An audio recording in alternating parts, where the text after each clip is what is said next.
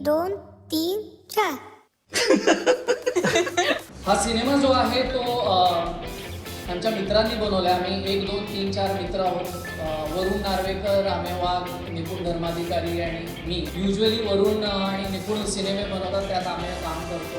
आता निपुणही काम करायला लागलेलं आहे आणि मला अजूनही प्रेक्षक म्हणून त्यांनी ठेवलेलं आहे. गोड बातमीची घाई झालेल्या सर्वांसाठी हा सिनेमा आहे. मग मी सूत्रसंचालन करण्यामध्ये काहीच लॉजिक नाही, कारण माझ्याकडनं कुठल्याच गोड बातमीची अपेक्षा केली जात नाही.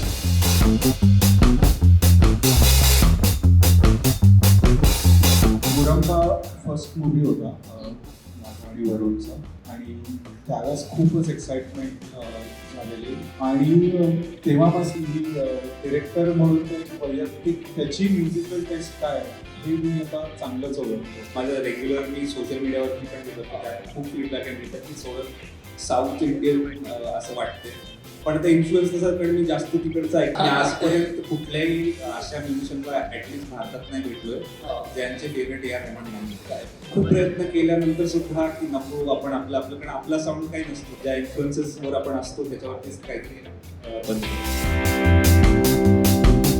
खूप जास्त एक्सायटेड आहे आणि ऑलरेडी इथे तर मी नर्वसच आहे. काय बोलायचं माहित आहे, ट्रेलर लॉन्च इव्हेंट काय असतं हे माहित नव्हतं. जेव्हा निपुणने मला फोन केला आणि मला बोलला की असा चित्रपट तुला करायला आवडेल का, मी पहिलं बोललो का तू मला विचारतो या गोष्टी, म्हणजे मी नाही डिझर्व करत मला वाटतं या गोष्टी करायला.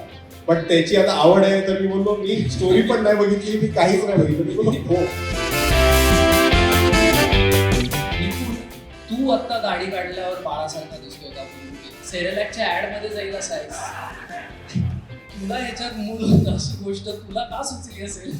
मला अमेय दरवेळेला म्हणतो की तुला आपल्या काही गोष्टी का नाही सुचत, तुला एक ती बापसारखी सुच किंवा मग डब्बासारखी किंवा 1 2 3 4 सारखी सुचतात, ज्याच्यात लहान बाळांचा विषय होतो.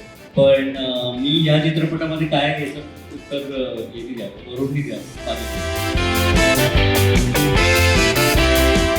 आतापर्यंतची माझी कामं जशी निवडली आहे तसंच हेही काम निवडलं. मला असं वाटतं की मी पहिल्यांदा जेव्हा स्क्रिप्ट ऐकली तेव्हा मला ते पात्र, ही अखंड टीम, या सगळ्या संकल्पनेनीच मी खूप एक्साइट झाले आणि मी म्हटलं खरंच जड गेलं का?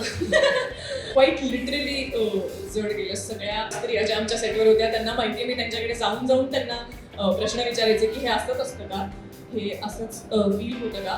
पण it is an interesting way to I think experience this, आणि थँक्स टू वरुण आणि जिओ स्टुडिओज मराठी त्यांच्यामुळे हे अनुभव आला.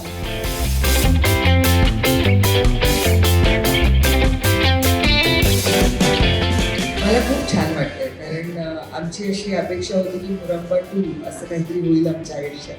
काय होतं, जरा कौटुंबिक जबाबदाऱ्या वाढल्या किंवा सगळ्यांना जरा स्थैर्य हवं असतं, सगळ्यांनाच हवं असतं. ह्याच्यात फारच माझं पोर रमलं की काय, आता सिनेमे करेल की नाही याची फार काळजी वाटत होती. त्याच्यामुळे वरुणची मुरांबा नंतरची फिल्म येते याचा मला प्रचंड आनंद.